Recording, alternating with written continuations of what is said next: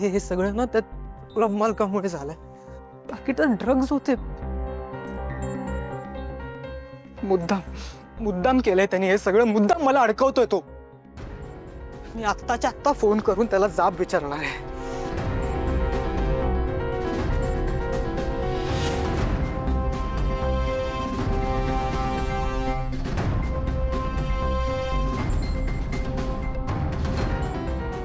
आता फोन पण लागत नाहीये. हा, पोलिसांच्या भीतीने बंद करून ठेवला असणार नाही का.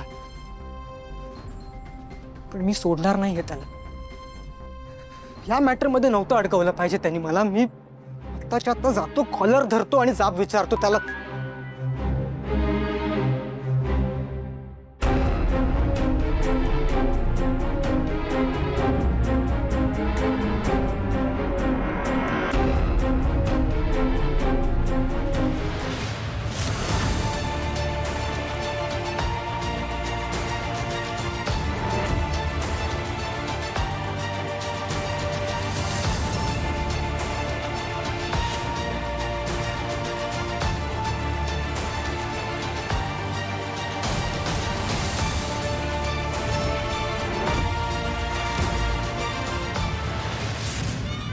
इतक्यात घाबरलास?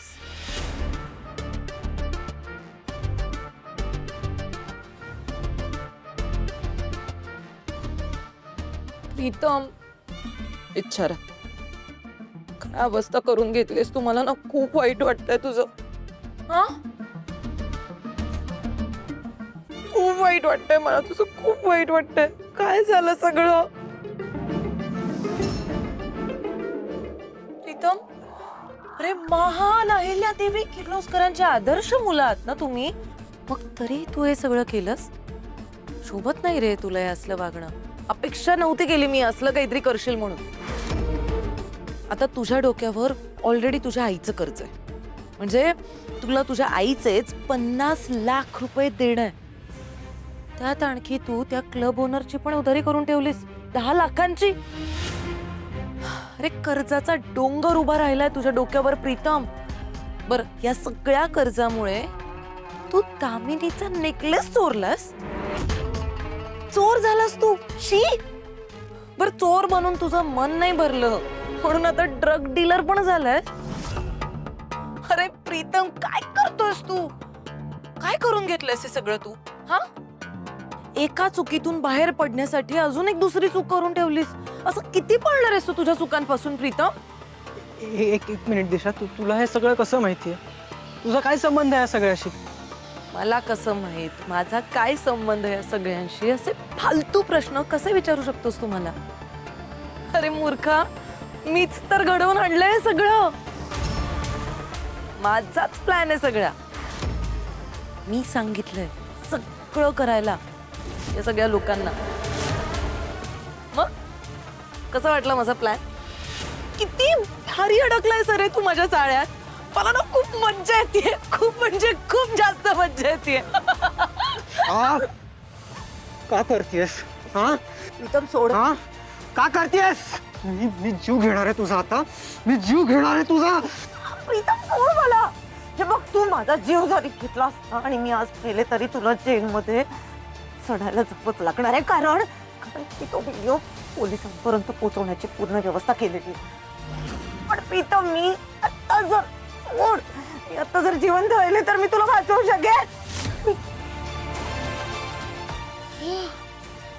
बाहुळट, गळा काय धरतोयस? हे बघ, मी जिवंत राहिले तर मी तो व्हिडिओ पोलिसांपर्यंत जाण्यापासून थांबवू शकते. फक्त त्यासाठी एक अट माझी.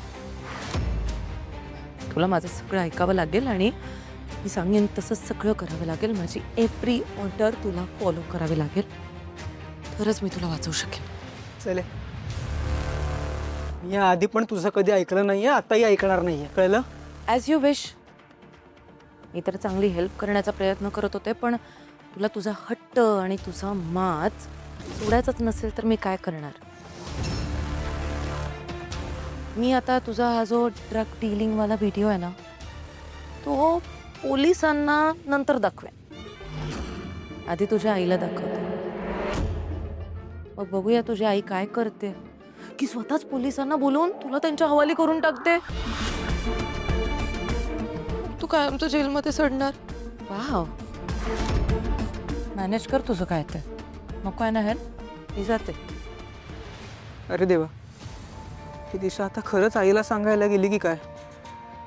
ही काय करेल ना त्याचा काही नेम नाही. आधीच आई नाराज आहे, त्यात मी ड्रग्स सप्लाय केले हे जर तिला कळलं ना तर ती कधीच माफ करणार नाही मला. कसं थांबवू मी हे सगळं? काय करू मला काहीच कळत नाहीये.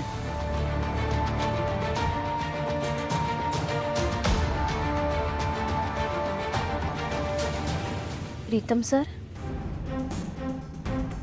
तुम्हाला देवी यांनी बोलवलंय.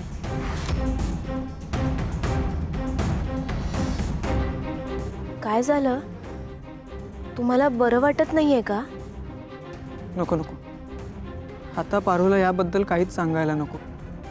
आधीच तिच्या मागे काही कमी गोष्टी आहेत का? त्यात मी माझी अडचण कशाला अजून? आणि तसे बिचारी पारू या सगळ्यात काय करणार आहे? नको तिला उगाच टेन्शन द्यायला. प्रीतम सर, आईने बोलवलंय ना, मग जायला पाहिजे. आईला जास्त वेळ थांबलेलं चालत नाही, ती चिडेल माझ्या. मी आलो.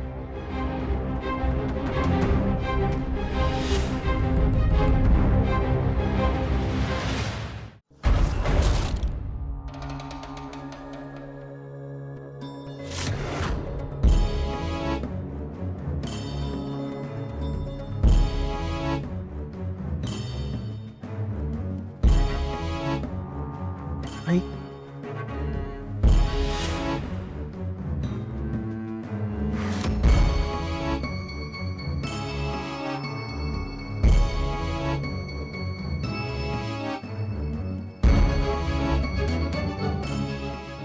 तू बोलावलंस मला? बोलायचंय तुझ्याशी जरा. दिशाने मला काही गोष्टी सांगितल्या.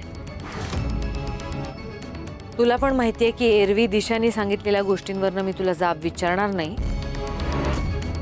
पण ह्या गोष्टी जरा गंभीर आहेत. दिशाने मला तुझ्या मित्रांबद्दल सांगितलंय.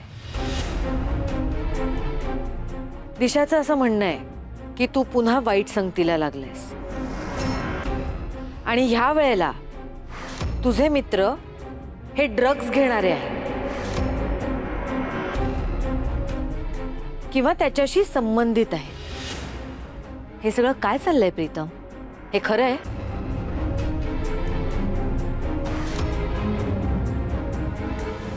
नाही नाही आई, अगं तुला माहिती आहे ना दिशा काहीही बोलते. आपण तिच्या बोलण्यावर विश्वास नको ठेवायला. माझे असे कुठलेही मित्र नाही आहेत जे ड्रग्ज घेतात किंवा ते विकतात, असं काय नाही आहे. ड्रग्जच्या विळख्यात अख्खी पिढी बर्बाद होताना आपल्याला दिसतेय आणि ह्या अशा लोकांशी तुझा काहीही संबंध मला चालणार नाही. तुझाच काय, तुझा किंवा आदित्य ह्या दोघांचाही ड्रग्ज घेणाऱ्या माणसांशी किंवा त्या संबंधित कुणाशीही काहीही संबंध मला चालणार नाही.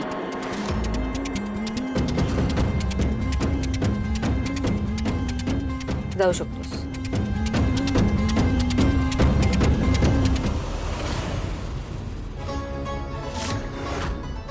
खरं हेच आहे की माझी मुलं कधीच त्या विषयाला हात सुद्धा लावणार नाहीत.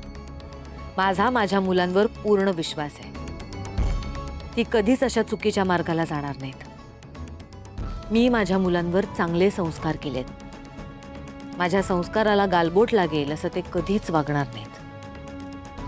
माझा माझ्या संस्कारांवर पूर्ण विश्वास आहे.